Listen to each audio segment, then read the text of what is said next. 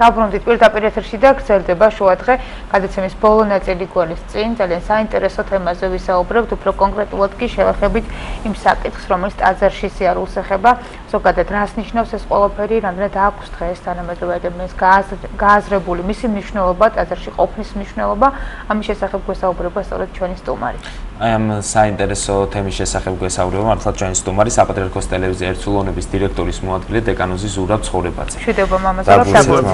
მეც მადაღლოცოს გაგახაროთ ჩვენ. ეს თემა ჩვენთვის ყოველთვის აქტუალურია. ჩვენი ტელევიზიის თანამედროვე მოძღვრებისთვის, მევლისთვის და არა მარტო თანამედროვე, არამედ ყველა ეპოქაში.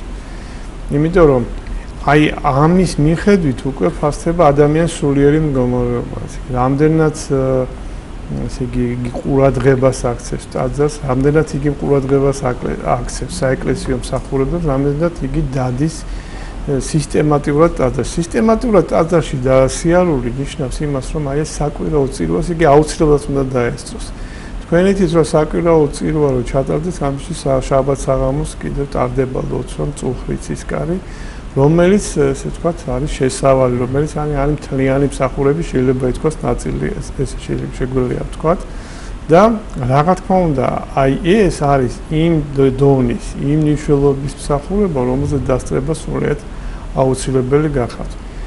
ჯურის კანონი საეკლესიო სამართალი ჩვენ გვეუბნება ასეთ რამეს, რომ თუ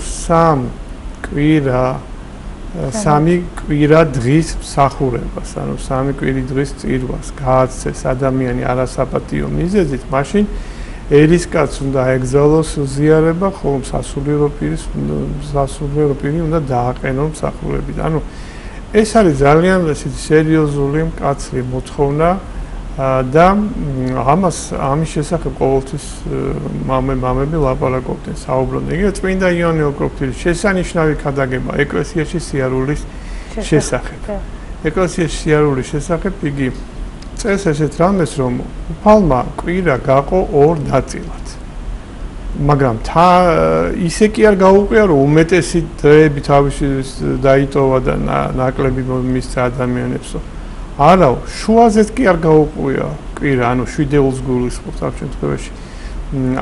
დააგვიტოვა 6 დღე ჩვენი საქმეების, სამქვეყნიერი საქმეების მისახედად და მოგცა ჩვენ ერთი დღე, კვირა დღე, რომელიც არის უფლის დღე, იცით, აქედან მოდის მის სახელწოდება კირიოსნებაში, რასაც კითხავთ, რომელიც არის უფლის დღე, რაც არის 10 მცნებიდან ერთ-ერთი თქვენს მართალს ბრძანებს და ესეც კი არ გვინდა მიუძვნოთ უფალს. ამბობს წმინდა იონე ოქროპირი, უფრო მეტიც, მთელ დღეზე აღარ მომოფო. ამ დღის 2 საათი, რომელიც საჭიროა წირვაზე დასასწრებად, იმაზეც კი არ იწუხებს ადამიანი თავს, რომ მივიდეს ხანდახან. ანუ ეს არის სერიოზული პრობლემა და ბუნებრივია, რომ ადამიანს არ უნდა ეგონოს, რომ აი თუ კი ამას არ აკეთებს, იგი ის არის ჩვეულებრივ მდგომარეობაში. და მას არაფერი არ აკლდება, ან რაღაც დიდი არაფერი არ აკლდება. არ უნდა ეგონოს მას, რომ ეს არის კი ახლა უკეთეს შემთხვევას ვამბობ, უკეთეს შემთხვევას ვამბობ, რომ ეს არის სასურველი, მაგრამ არა აუცილებელი. და არიან ადამიანები, რომლებიც სასურველადაც არ აცვლიან ამას. საერთოდ არანაირ მნიშვნელობას არ ანიჭებენ ეკლესიურობას და სულიერ ცხოვრებას. არა დაუყურეთ, ადამიანი შედგება სხეულისაგან და სულისგან. და თუ ჩვენ სხეულს ესე იგი რაღაცას უკეთებთ, ის რაც აუცილებელია მისთვის, იქნება ეს ძილი, რომ ძალა ვიდგინოთ, იქნება ეს საჭმელი, სასმელი და ასე შემდეგ, თუ როდესაც რაღაც ამოტყოფობა გვაქვს, მაშინ კურნალობთ ჩვენ სხეულს და ასე შემდეგ, არა? და ეს არავის არ უყვის, ესა ყველა სისხლში და ხორცში გამჯდარი, არა? რატო არ უნდა გაგვიკვირდეს ჩვენ ის, რომ ადამიანი თავის მეორე ნაწილს, ანუ სულს არანაირ ყურადღებას არ აქცევს. და ვის ემგონება იგი, როგორ მდგომარეობაში მოდის ესეთი ადამიანი, არა? და აქ შეიძლება არ გავიხსენოთ ჩვენ ესეთი წიგნი, ეს გახლავთ წიგნი რატომ არ ახარ შენ ეკლესიაში, მისი ავტორი გახლავთ არქიმანდრიტი ხალამპი ვასილოპულოსი, ეს არის საბერძნეთის მართლმადიდებელი ეკლესიის მღვდელმსახური თანამედროვე ავტორი გახავთ და აი ეს წიგნი ბევრჯერ გამოვიდა საბერძნეთში, ბერძნულენაზე, მაგრამ ითარგმნა სხვა ენებზე, ითარგმნა მათ შორის ქართულ ენაზეც ითარგმნა და ჩვენ ტელევიზიაში გაკეთდა კიდევაც ესეთი გადაცემები, აი ზუსტად აი ამ სათაურის, რატომ არ ახარ ჩვენს ეკლესიაში. რომელსაც შორის ძალიან დიდი გამოხმაურება აქვს და მაყურებლის ინტერესს იწვევს. ინტერესს იწვევს, ძალიან ბევრი ადამიანი ამას უყურებდა, ეს უკვე 2-3 წელიწადია ტრიალებს ეს გადაცემა და ძალიან ბევრი ადამიანი დაინტერესდა ამით, ძალიან ბევრი ადამიანი ჩაფიქრდა ამით, ძალიან ბევრი ადამიანი რაღაცა ყურადღება მიაქცია ამ საკითხს. ეხლა მოგეხსენებათ, რომ ესე იგი, რადგანაც ჩვენ უკვე აღვნიშნეთ და ვთქვით, რომ რამდენად დიდი მნიშვნელობა აქვს, ესე იგი, აი ამ მსახურებელს, საეკლესიო მსახურებელს სიარულს, არა? ეს თვითონ ეს რელიგიურობა ადამიანს აძლევს, აი ადამიანური სახე იქნება ამით სწორედ.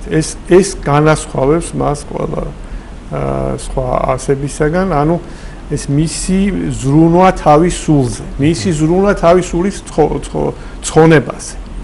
ამიტომ ამ საუკუნეების განმავლობაში აი ამ განსხვავებას ადამიანსა და თქვა სხვა არსებებს შორის ამაზე იყო სულ ლაპარაკი, მამები ამის შესახებ აღნიშნავდნენ და ეხლა აი ამ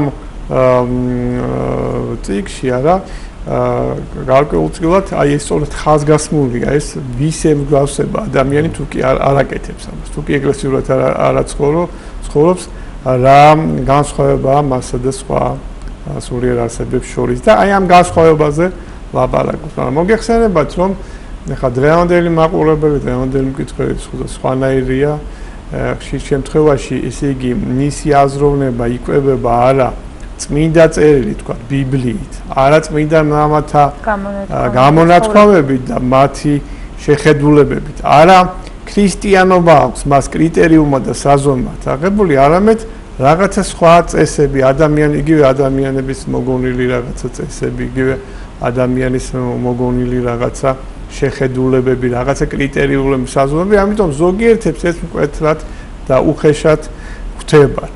ყურში და ფიქრობენ, რომ ეს არის რაღაცა გაუგებრობა, რომ დღევანდელ დღეს არ შეიძლება რაღაცნაირად ესეთი მკვეთრი შეფასება. არა და თვითონ ფსალმუნები რო ავიღოთ, ფსალმუნებშიც კი ესეთი სიტყვა კაცი პატივსა შინა იყო და არა გულისხმაყო. ბაძვი და ეგი პირუცა უგუნურთა და მიემსგავსა მას ვიწერს ჩვენ დავით მეფსალმუნი, დავით მეფე. ფსალმუნთა ავტორი და ფსალმუნებზე აღმატებული ლოცვები ახლა რა შეიძლება ერთ-ერთი ყველაზე გამორჩეული ლოცვები არის ფსალმუნი, რომელსაც უკვე ამდენი ათეულობით საუკუნეა ლოცულობენ ადამიანები და ამით იმაზე. იგივე დავით მეფსალმუნი წერს, მატლ ვარ და არა კაც, წარმოგიდგენთ როგორ იმცირებს თავს. ამას ახლა ალეგორიული განმარტებაც აქვს ბუნებრივი ამ ადგილს, მაგრამ იქ ალეგორიულ განმარტებაში კიდევ უფრო ისეთი ის არის სხვათა შორის შეიძლება კიდევ უფრო მეტად მოხდეს თვალში ადამიანს, იმიტომ რომ ეს მატლა ვარ და არა კაცო, ამაზე წერენ მამები, რომ აი იესო ქრისტეს კაცობრივი სხეულმა დაფარა მისი ღვთაებრიობა და ეშმაკმა ვერ აღიქვა იგი როგორც მეტკაცი და ამიტომ შეეცადა რომ მას წატანებოდა მის მოეკლა აი ჯვარცმის გზით და ამ დროს თვითონ ესე იგი ისე გაება მახეში როგორც ესე იგი ანკეზე წარმოცმული რაღაცა სატყუარა როცა თევს და იგი ამას ეცემა და სინამდვილეში კი ანკეს გამოედება რა ასეთი განმარტებებით კი არის ამასთან დაკავშირებით, მაგრამ ეხა ეს გვერდზე გადავდოთ, ანუ ასეთი რაღაც შეფასებები რაღაცნაირად გარკვეულწილად ასეთი სიმკვეთრე იყოს, უბრალოდ სიმკვეთრე დღესაც ჩანს. თორე მამებმა ძალიან კარგად იცოდნენ, რითი მთავრდება არაეკლესიურობა. რითი მთავრდება ის, რომ ადამიანი არ დადის ეკლესიაში.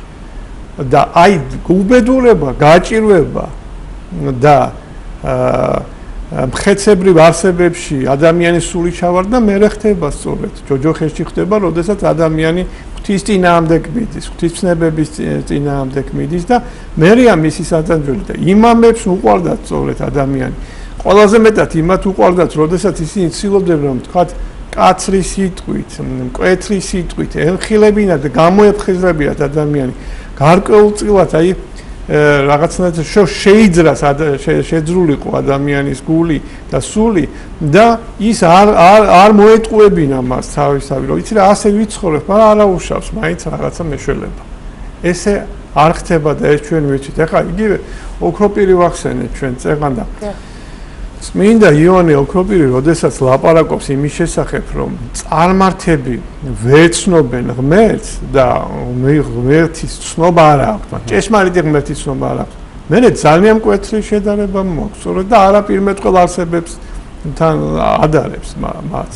ეხლა დღეს რო დღევანდელი თქვა კითხველი ამას კითხულობს, ამაყურებს შეიძლება შეშფოთოს რომ როგორ ხომ არ არის ეს თქვა შეურაცხყოფა ადამიანის ხომ არ არის ეს თქვა მისი დაკლინება, მაგრამ კიდევ ერთხელ მომობ, აი წმინდა მამებს რო ქონდათ სიყვარული ადამიანებს, იმის მიასედი არ აგვაქვს დღეს ჩვენ და ნუ გვიწყენენ ის ადამიანებიც, რომლებიც საერთოდ არ არიან დაკავშირებული ეკლესიასთან, იმათაც ასევე ეს სიყვარული იმის მიასედიც არ აქვთ, რაც ქონდათ ამ წმინდა მამებს. მაშინ რაშია საქმე, რა განსხვავებაა იმ დიდ მამებს შორის და იმათ შორის, ვინც ახლა ვთქვათ სხვადასხვა ეტაპებზე, სხვადასხვა შემთხვევებში ეკლესიას აკრიტიკებს და ეუბნება, ნუ ამბობთ ესე კატეგორიულად. ნუ ამბობთ ესე, ანუ ფაქტიურად ეს რა გამოდის, რომ ნუ არა უშავს ადამიანი ესე ცხოვრობს და მერე რა მოხდა. ეხლა აქ თითქოს აქ თავდება ეს ცხოვრება.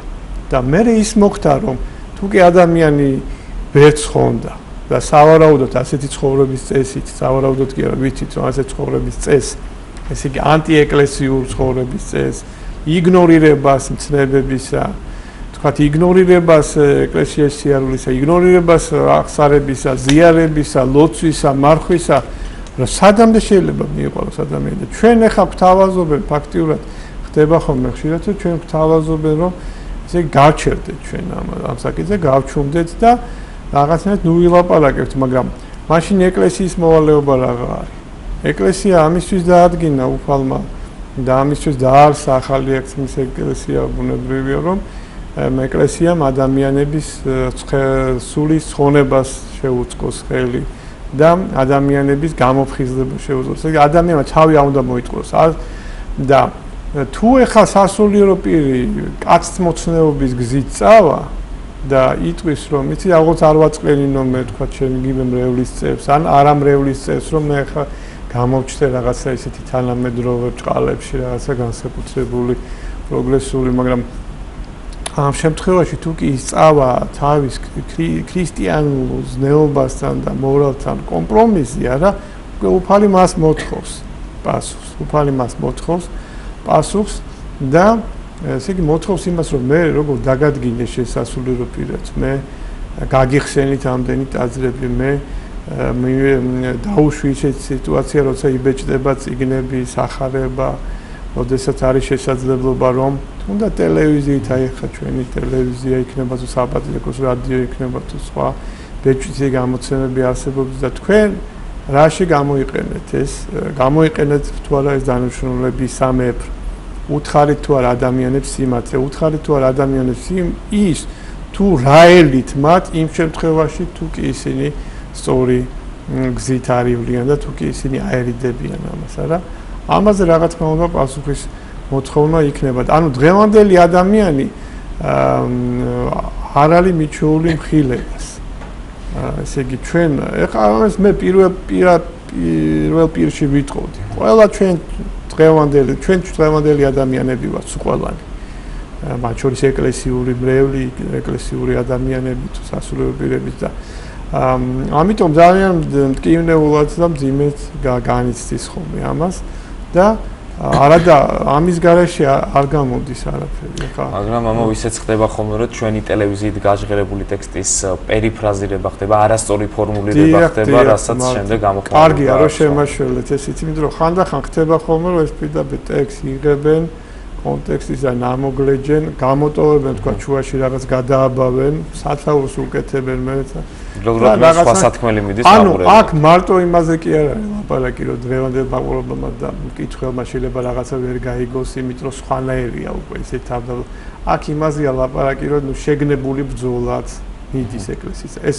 ეს უკვე ეს აშკარა არის და ასე იგი არა იმისთვის ხდება რაღაცაზე კომენტირება ან რაღაცის აღნიშვნა, რომ რაღაცა აი გული დაწყდა და გული ეთქით, არამედ უნდათ რომ რაც შეიძლება მეტი ჩირქი მოცხონ ეკლესიასაც, შეიძლება მეტი ტალახი ეს ანუ თვითონ ეკლესიის სიტყვა და სწავლება, ქრისტიანობის სწავლება ბასო ყურადღება აღარ მიაქციონ ადამიანებმა და აი ასე შეხედო მათ ახლა.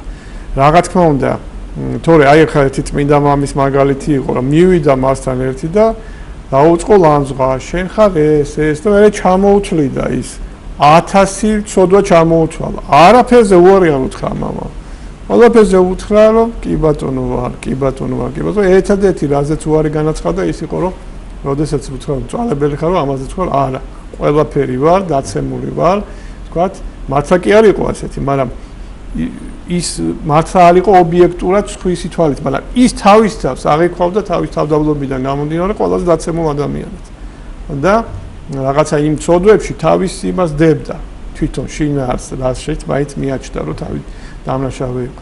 მაგრამ წვალებლობა როცა არა, ეს ნამდვილად არა ვარ მე. მე ვარ ჭეშმარიტი ქრისტიანი, ჭეშმარიტი მართლმადიდებელი. რა თქმა უნდა, ხა თუ კი უნებლიეთ ვიღაცას გული ვადგინეთ, მათაც ეს ჩვენ ტელევიზიას არ ქონდა ეს მიზანი, რა თქმა უნდა. ეს შემთხვევა იქნება თუ სხვა შემთხვევები თუ კი რაღაცა უნებლიეთ ესე იგი რაღაც სიტყვა გაექცათ ადამიანებს, ჩვენს რედაქტორებს ან ჩვენ თანამშრომლებს ან რაღაცა ისეთი შეიძლებოდა უფრო შეერბილება სხვანაირი სახით წარმოჩენა.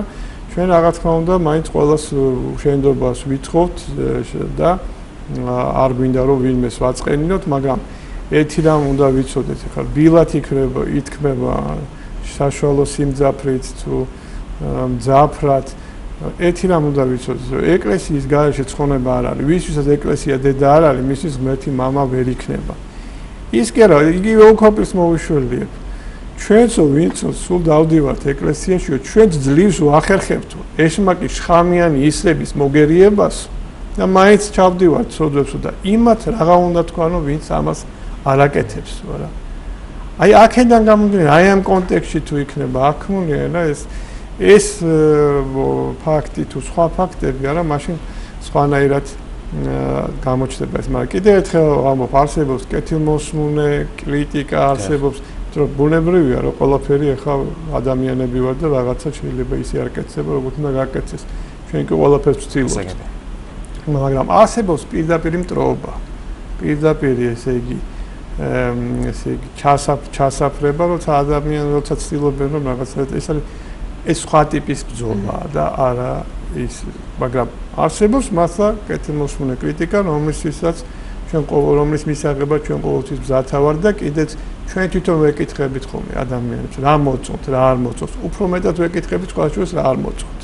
რა შეიძლება კიდე გაკეთდეს და ნუ ხა რაც არის ჩვენი შესაძლებლობები და ჩვენ ტელევიზიას არ აქვს უსასრულო შესაძლებლობები, მინდა გითხრათ, ძალიან შეზღუდული შესაძლებლობებით იმაშებით ჩვენ მოვაწეობთ, იმიტომ რომ ხა ტელევიზიას აჭირდება ძალიან ბევრი რამ, ნებისმიერი სხვა ტელევიზიის რომ გაეცნოს ჩვენ რა შესაძლებლობები გვაქვს და რას ვახერხებთ ამ შესაძლებლობებს, ალბათ გაუკვირდებათ. შეიძლება ზოგიერთ სწავლაცაც კი ჩათვალოს ეს რა. მაგრამ ჩვენ დღესდღეობით ვცდილობთ და ყველაფერს ვაკეთებთ იმისთვის, რომ ეს ტელევიზია იყოს ყურებადი და იმედი გვაქვს, რომ მომავალში კიდევ უფრო უკეთესი იქნება. რა თქმა უნდა, მთავარია სიტყვა და ის სათქმელი, რაც ჩვენ მაყურებლისთვის გვაქვს. ძალიან დიდი მადლობა მომავალ საუბრისთვის, მართლა საინტერესო საუბარი იყო. თქვენთან ერთად დამშვიდობებით ჩვენს მაყურებელს, დასრულდა შუა დღე, მშვიდობიან საღამოს გისურვებთ. მადლობა რომ იყავით ჩვენთან ერთად, ნახვამდის. გემშვიდობებით ძვირფას ტელემაყურებლებო, ბედნიერ მშვიდობიან საღამოს გისურვებთ. ჩვენ კი ხვალ ერთმანეთს შეხვდებით ზუსტად 2:09-ზე, ასე რომ ნახვამდის.